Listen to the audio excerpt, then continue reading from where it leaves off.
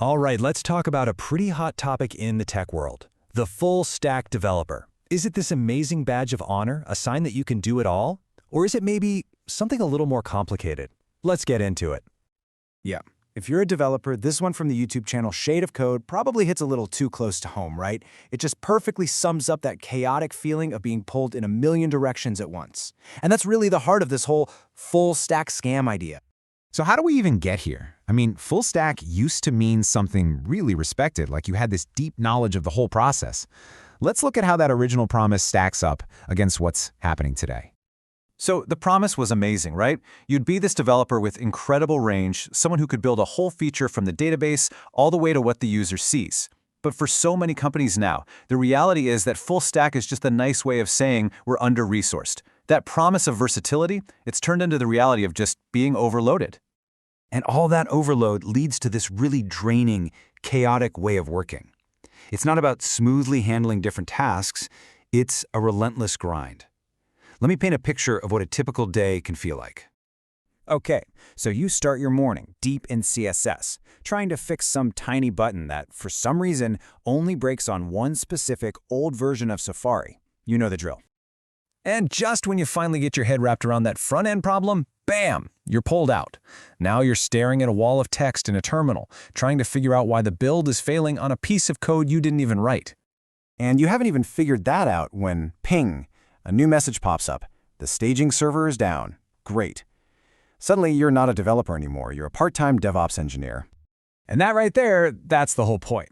Jumping between CSS, back-end code, and server problems in the span of an hour isn't being versatile. It's just context-switching chaos, and it's a perfect recipe for getting nothing done and burning yourself out. So, what's the end result of living in this constant chaos? Well, it's pretty predictable. The quality of your work takes a nosedive, and you put on a fast track straight to burnout. You see, when your brain is constantly switching gears, you can't build thoughtful, solid systems. Instead, you start shipping duct tape solutions. You know those quick fixes and messy patches you throw together just to make it work for the demo? You tell yourself, oh, I'll go back and refactor that later. But let's be honest, later never actually comes. And this is a really important distinction.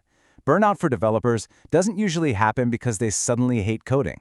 It happens because their job stops being about building great things and turns into this never-ending game of whack-a-mole, just putting out one fire after another. Okay, so if this whole model is so chaotic and bad for developers, why on earth is it so common? Well, according to this critique, the answer is pretty simple. It's just economics.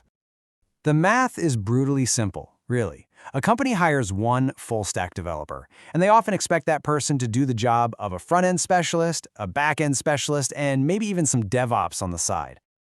And that's the scam right at the center of this argument.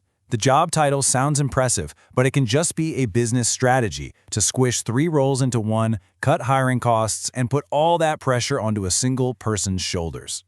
But the good news is, it seems like the tide might be turning. More and more companies are realizing this model isn't sustainable. They're going back to having specialized front-end and back-end roles, not because it's old school, but because they get that true expertise requires focus.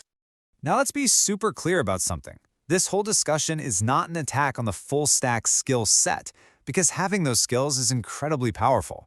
In the right situation, it's basically a superpower. Let's look at where it really works. Think about it. Are you building your own side project? Perfect. Are you one of 2 people at a brand new startup? Absolutely essential. Or are you just trying to learn the entire development process as fast as you can? Then yeah, this is exactly what you want.